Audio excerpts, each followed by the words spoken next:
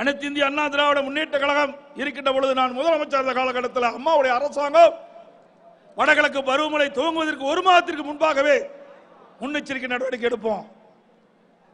ஒவ்வொரு சென்னை மாநகரத்தில் ஒவ்வொரு மண்டலத்திற்கும் ஒரு IAS அதிகாரி நியமிப்போம். அதோடு அவர்கள் என்னென்ன பணி செய்ய வேண்டும் என்று அந்த அதிகாரிகளோடு மற்ற பல துறைகளை ஒன்றாக இணைத்து ஆய்வுக் கூட்டம் நடத்தி ஆலோசனை வழங்கப்படும். அதிலே காவல்துறை, வருவாய்த்துறை, உள்ளாட்சித்துறை, பொதுப்பணித்துறை, நெடுஞ்சாலைத்துறை, மின்சாரத்துறை, மருத்துவத்துறை, இப்படி பல துறைகள் ஒன்றாக இணைத்து ஒரு குழுவாக அமைத்து இந்த புயலோ வெள்ளமோ வருகின்ற பொழுது எப்படி செயல்பட வேண்டும் என்ற ஆலோசனை வழங்குவோம். ஒண்ணுமே வழங்கல. அதோடு முன்னெச்சரிக்கை நடவடிக்கையாக இப்படி புயல் வருகின்ற பொழுது, வெள்ளம் வருகின்ற பொழுது மக்கள் தகுந்த ஆலோசனை அரசு வழங்கப்பட்டது. ஒரு வாரத்திற்கு முன்பாக நீங்கள் உங்களுக்கு உணவுப் பொருளை வாங்கி வைத்துக் கொள்ளுங்கள், காய்கறிகளை வாங்கி வைத்துக் கொள்ளுங்கள், உடல்நிலை சரியாக இல்லை என்றால் மருந்து மாத்திரை வைத்துக் கொள்ளுங்கள், டார்ச் லைட் வைத்துக் கொள்ளுங்கள், மெழுகுவர்த்தி வைத்துக் கொள்ளுங்கள். அதோடு குழந்தைகளுக்கு பால் வேண்டும் எடுத்து வைத்துக் கொள்ளுங்கள், குடித நீரை வைத்துக் கொள்ளுங்கள், மேல்நிலை தொட்டி இருந்தால் நிரப்பிக் கொள்ளுங்கள், தகுந்த பாதுகாப்போடு இருங்கள் என்று அறிவுறுத்தணும். ஒண்ணுமே செய்யல.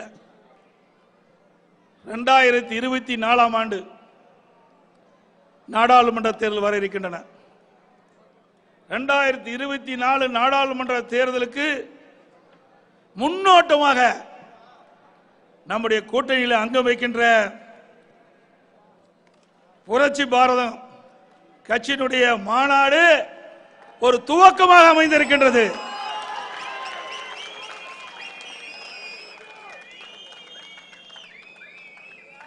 நம்முடைய கூட்டணியில் அங்கம் வைக்கின்ற புரட்சி பாரதம் கட்சி மாநாடு பல பேருக்கு தூக்கத்தை கெடுத்துடுது.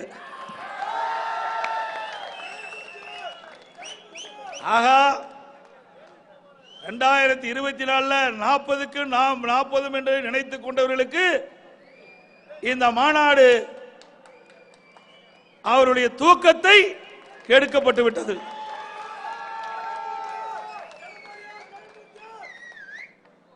2024 நாடாளுமன்ற தேர்தலிலே அனைத்து இந்திய அண்ணா திராவிட முன்னேற்ற கழக தலைமையிலே பல்வேறு கட்சிகள் இடம்பெற இருக்கின்றன.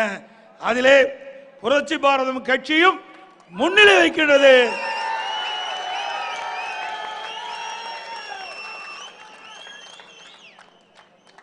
நாடாளுமன்ற தேர்தலுக்கு பிள்ளையார் சுழி போட்ட கட்சி புரட்சி பாரத கட்சி. ஆகவே எங்கள் கூட்டணியில் அங்கம் வைக்கின்ற அத்தனை கட்சிகளுமே வலிமையான கட்சி.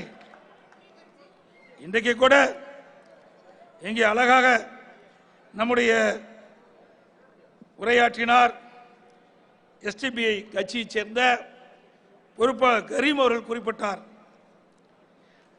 இன்றைக்கு நம்முடைய கொள்கைகள் ஜாதி கிடையாது, மதம் கிடையாது. மதத்துக்கும் ஜாதிக்கும் அப்பாற்பட்ட கட்சி அதிமுக கட்சி. அதிமுக தோழமை கட்சிகள். இங்க யாருக்கும் யாரும் அடிமை அல்ல.